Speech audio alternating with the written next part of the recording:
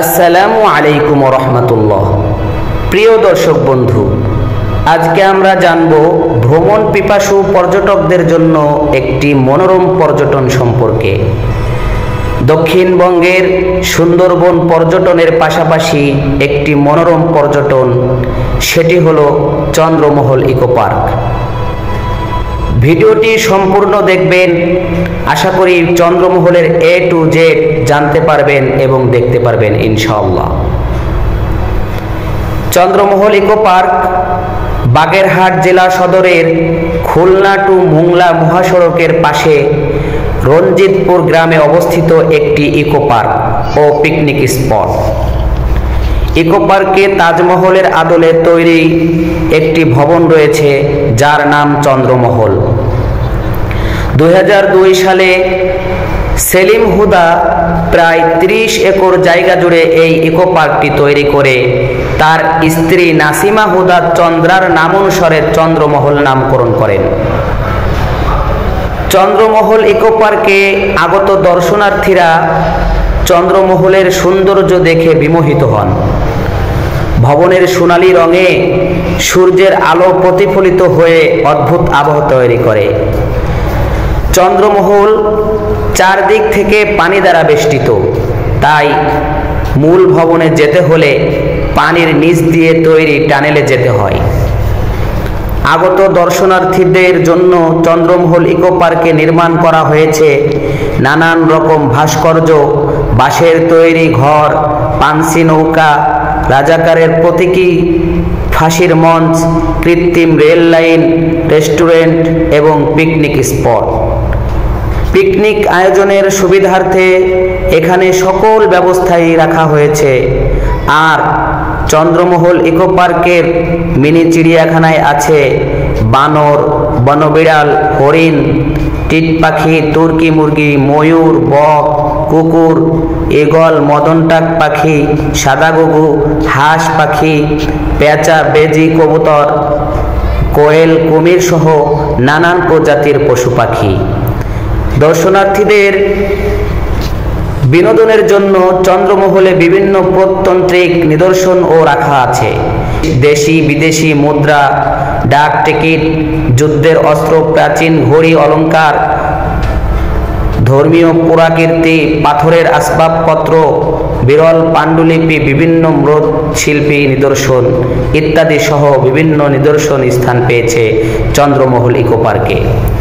এছাড়াও বাচ্চাদের বিনোদনের জন্য রয়েছে অনেকগুলো রাইড, যেখানে তারা আনন্দ করতে পারবে। চন্দ্রমহল ইকো পার্ক প্রতিদিন সকাল 7টা থেকে সন্ধ্যা 6টা 30 পর্যন্ত দর্শনার্থীদের জন্য উন্মুক্ত থাকে।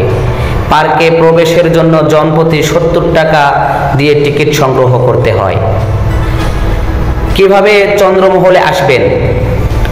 যারা ঢাকা থেকে আসবেন, ঢাকার সায়দাবাদ থেকে প্রতিদিন সকাল 6টা থেকে 10টা পর্যন্ত এবং সন্ধ্যা 7টা থেকে 10টা পর্যন্ত মেঘনা, বনফুল, ফাল্গুনী পর্যটক, বলেশ্বর, হামিম, দোলা পরিবহনের বেশ কিছু বাস ছেড়ে যায়। আর যারা ট্রেনে ভ্রমণ করবেন, তারা অন্তনগর ট্রেন, সুন্দরবন এক্সপ্রেস, খুলনা এসে বাসে চড়ে বাগেরহাট যেতে পারবেন।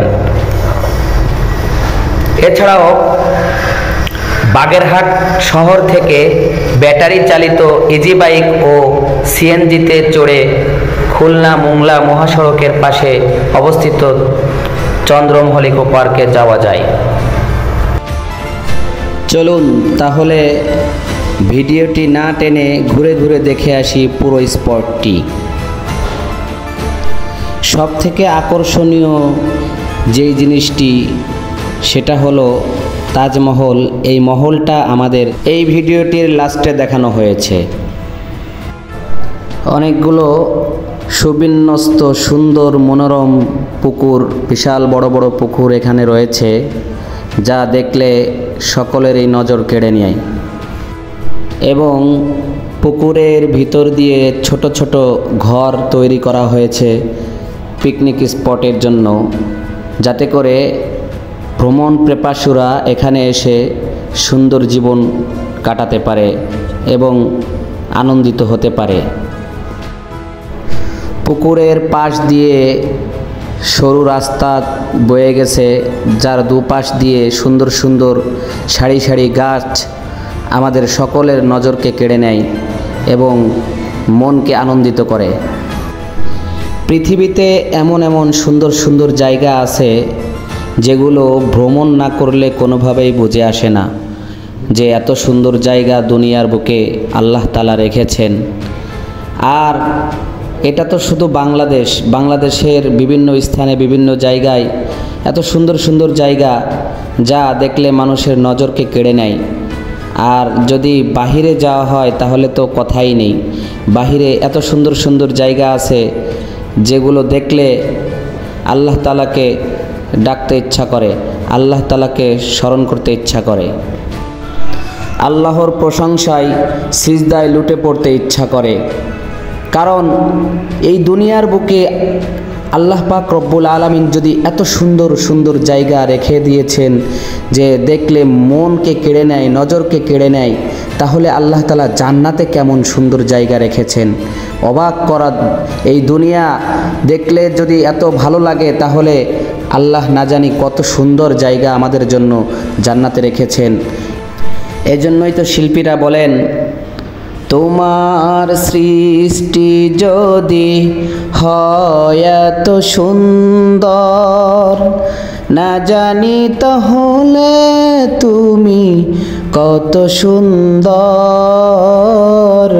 কত সুন্দর তুমি, কত সুন্দর।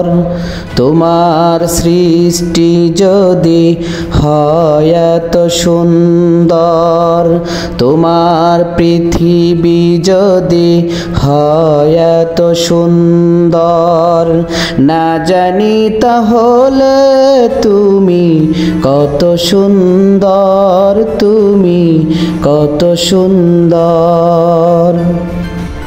দেখতে দেখতে ঘুরতে ঘুরতে কিন্তু আমরা শেষ প্রান্তে প্রায় এসে পড়েছি। আমরা মহলের ভিতরে আকর্ষণীয় কিছু তৈজসপত্র দেখতে পাচ্ছি। এখানে পুরনো অনেক জিনিসপত্র আছে যা দেখলে মানুষকে পূর্বের কিছু স্মৃতি আমাদের স্মরণ করিয়ে দেয়। চন্দ্রমহল ইকো পার্কের সব থেকে বেশি আকর্ষণীয় একটি জিনিস, সেটি হলো পানির নিচ দিয়ে রাস্তা। এই রাস্তাটি দেখার জন্য বাচ্চারা সব থেকে বেশি বিমোহিত হয়, আকর্ষিত হয়। এই ভবনটি সম্পূর্ণ পুকুরের ভিতরে বেষ্টিত। এই ভবনে আসার জন্য, এই পানির ভবনে আসার জন্য পানির নিচ দিয়ে রাস্তা দিয়েই আসা লাগে। আর এটাই সব থেকে বেশি আনন্দ দেয় বাচ্চাদের। পানির নিচ দিয়ে রাস্তা দিয়ে তারা যে হেঁটে যাচ্ছে, এটাই সব থেকে বেশি আনন্দ দেয় বাচ্চাদের। এই সেই সুড়ঙ্গ বা টানেল যেটা পানির নিচ দিয়ে বয়ে গেছে। দেখেন কত সুন্দর মনোরম দৃশ্য। যারা এমন রাস্তা দিয়ে জীবনে কোনোদিন হাঁটেনি তাদের অন্যরকম একটা অনুভূতি কাজ করবে। দেখেন মাছ কিভাবে পানির নিচ দিয়ে চলাফেরা করে, এই রাস্তা দিয়ে হাঁটলেই বোঝা যায়।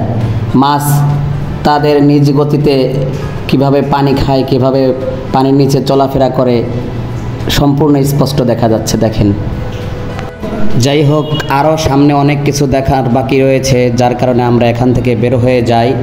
সামনে কি কি আছে আমরা এখন দেখতে যাব ইনশাল্লাহ। বিশাল বড় জায়গা জুড়ে শুধু সুন্দর আর সুন্দর।